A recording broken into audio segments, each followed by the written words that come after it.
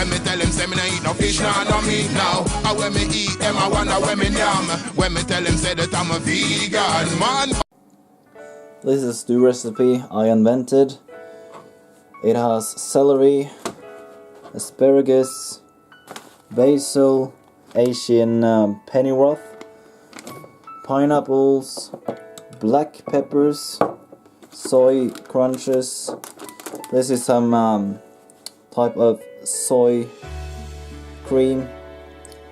So yeah, that's going to work. Soy sauce. I have chickpeas, and I will have some coconut milk in. Okay, first thing, you're gonna need about this amount of water in there, not much, and you just turn it on full. So I have a system that I can switch it over to the side now, and it will be the full plate, but as you see, it is only the middle part that is warm right now, and I'm going to wait until this is warmer. I will now do following that a Norwegian vegan blogger showed me how to do. I will take the crunches in, something like that. Now the next step is to add soy sauce, lots of soy sauce in, something like that. Then I take the pepper, and I also put quite a lot of pepper in as well. There. And now I will actually stir this, and I will just let it soak up, and this will keep going until there is no water left. Cutting out the pennyroth and the asparagus is the next step, and this will be done like quite smoothly. This kind of reminds me of a typical Indian dish, so it's gonna be cut pretty fine, but not too fine. Just get away with the root here, and then we'll cut them up to fine pieces like this. These are very easy to get fine because they are pretty small in the first place, and there is nothing to remove here really, so you just cut them up from like the bottom part here, like this, and they kind of goes everywhere in the beginning, but then it settles.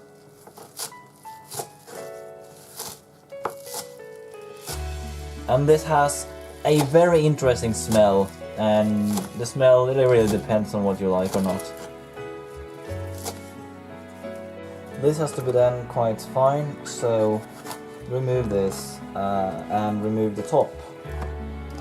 That's all you need to remove then.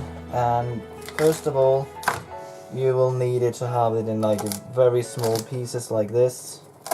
Try to work like 4 cuts, something like that. And then you try to make as fine strips as possible.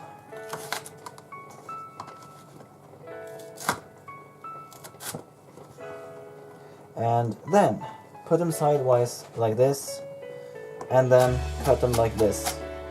Make sure that they get so fine as possible. So as you can see, they will get pretty fine, and when you're done doing that, you're gonna have to put them all together and make them even finer again, and you're gonna do this with the rest of it as well. When it gets warm like this, you need to keep the heat down a lot. So now it's pretty low there, and there is no moisture at all, almost no moisture. But as you see, even now that there's almost no water in here, you need to keep stirring, and you're actually going to use it as a frying pan for the last bit of it. And this now has gained some kind of both look and the taste of moose meat.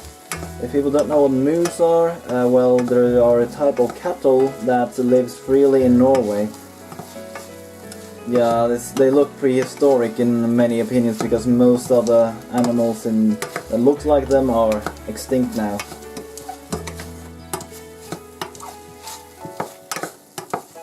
I'll just keep doing this for about 2 minutes or so.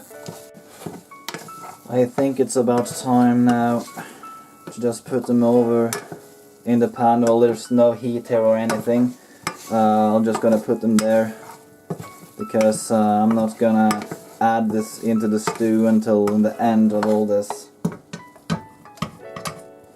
Now I've added the chickpeas and I'll just let them stay in here. Let them warm up until there is almost no moisture left. There's always one ingredient that I forget, and it is the tomato sauce. Quite weird to have like 2 sauces, but the soy sauce is actually just to spice up the fake meat I have here. Now there's like hardly any water in here, and that means that I can add the tomato sauce. And I have about half of this. How much is it? Like 500 milliliters or something? Yeah, I'll just dump it in here. I tasted this before and it tastes exactly like ketchup, but the taste it actually gives off is quite different from ketchup actually, so I won't tell people to subsidize it with ketchup. That would be ridiculous. So the next thing we do now is to add the vegetables. Do this slowly so that I don't spill it everywhere. That would be even more ridiculous. Something like this, and then mix it all together. This doesn't look quite right, but that's true, because you need to add quite a lot of the coconut milk here. Like that. And to top it off, we take like 1/3 of this in as well. Something like that. Yeah, a little bit under 1/3. And then I'm gonna have to make this boil, and we will not add the basil until closer to the end of the process. But as you can see, it now gets a more pink color. Now it has been on medium heat for some time. It's about 10 minutes or so, not that much, 10 to 15 minutes. First I will add in here are the pineapples and just put them in there like this. Mix it together and you will get an even more sweetened taste to it. And the next thing is to have all this fake moose meat that I made. Put it in as well. Now it will be pretty full. That actually what's going to happen. I've actually estimated how much I have to actually make this be as close to fed up as possible. And as much that I need of basil, it really depends. But I like to have like 2 tablespoons or something like that. Now I have been on here for some 8 minutes, and I guess it's good to go. I mean, it's not that hot that I will burn myself. You could probably take it for longer, and that's fine too, but it's fine now. Now, doesn't this look good? Like, you can even make this in a different way. And now I made a stew version, but I also made like an Indian version of this. Then you need to boil down a lot more than this, and you add rice and you eat it with knives and forks instead of a spoon. Let's see if I made it quite right this time.